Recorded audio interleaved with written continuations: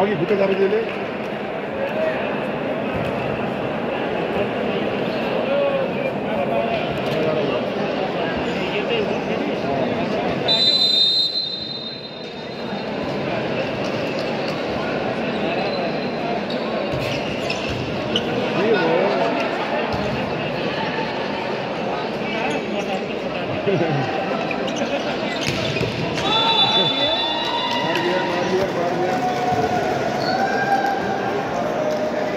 Lions club international district 325 M नेपालले आयोजना गरेको अन्तर्राष्ट्रिय स्तरको प्रथम लायन्स कप भलिबल प्रतियोगिताको फाइनल भिडन्त हामी हेरिरहेका छौँ यति बेला।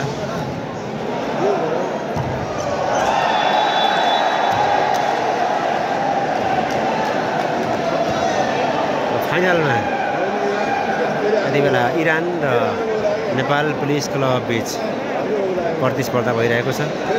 यो प्रतिस्पर्धा अघि भएका 3वटा सेटमध्ये 2वटा सेट इरानले आफ्नो पक्षमा पार्दा नेपाल पुलिस क्लबले एउटा सेटमा मात्रै जित दर्ता गराएको छ। यो चौथो सेट हो।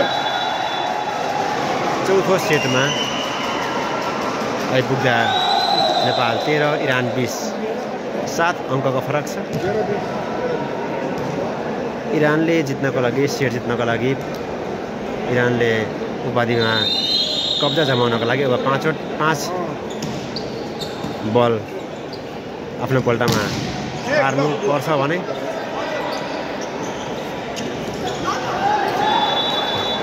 नेपाल पुलिस क्लबले यसपछि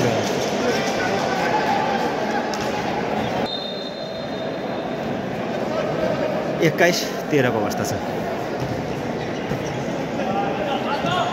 यस चेक आउट सँगै इरान 21 नेपाल 14 7 अङ्कको फरक छ।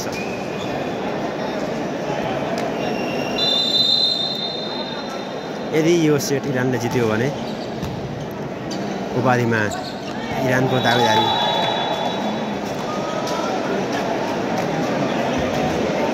भइहाल्ने भयो।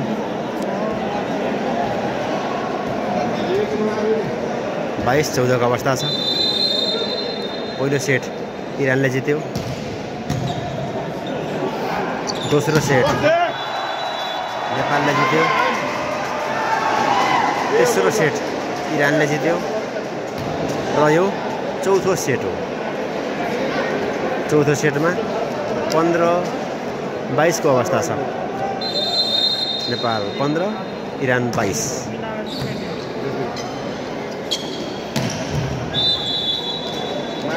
ल 23-15 को अवस्था सम्भवतः अब नेपाल पुलिस क्लब दोस्रो बन्ने तयारीमा छ। 23-15 को अवस्था। यो सेट जित्यो भने इरान यस अन्तर्राष्ट्रिय प्रथम लायन्स कप भलिबल प्रतियोगिताको च्याम्पियन बन्नेछ। वाह आउट सरी। यो सँगै नेपाल 16-23 इरान 23-16 को अवस्था छ। 16-23 को अवस्था। Nepal police club 16 Iran 23। Good good good. यो सँगै 17-23 को अवस्था। नेपाल पुलिस क्लब 17 इरान 23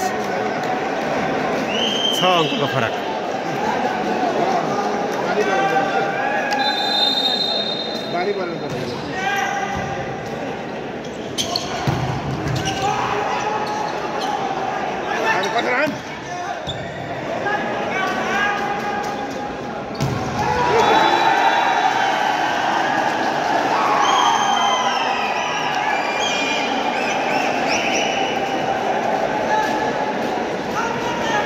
24-17 को अवस्था। इरानले पहिलो सेट जित्यो, नेपाललाई 18 मा रोक्यो। तेस्रो सेट जित्यो, नेपाललाई 18 मै रोक्यो। र चौथो सेट पनि 24-17 को अवस्थामा छ।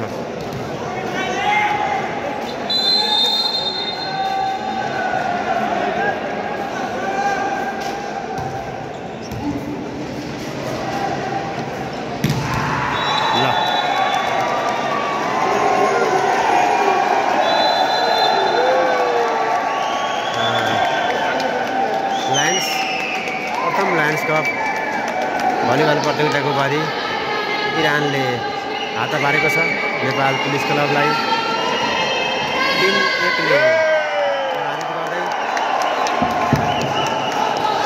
इरानले उपाधिमा कब्जा जमाएको छ। यो सँगै इरानको टिम प्रथम भएको छ, नेपाल दोस्रो भएको छ। नेपाली सैनिकको टिम नेपाली सेनाको टिम तेस्रो भएको छ भने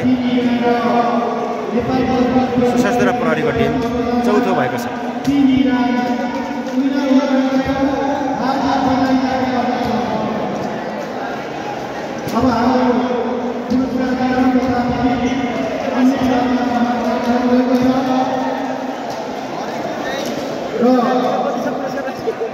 पुरस्कार चाहिँ 4,40,444 4,40,444 प्रथम पुरस्कार। 2,44,444 नेपाल प्रहरी जान्ने भयो। आज यो जस्ता राष्ट्रिय खेलकुद परिषदका सदस्य सचिव टङ्कलाल सिंहजीको जन्मदिन पनि परेको छ। उहाँका जन्मदिनको अवसरमा हार्दिक शुभकामना व्यक्त गर्दछु।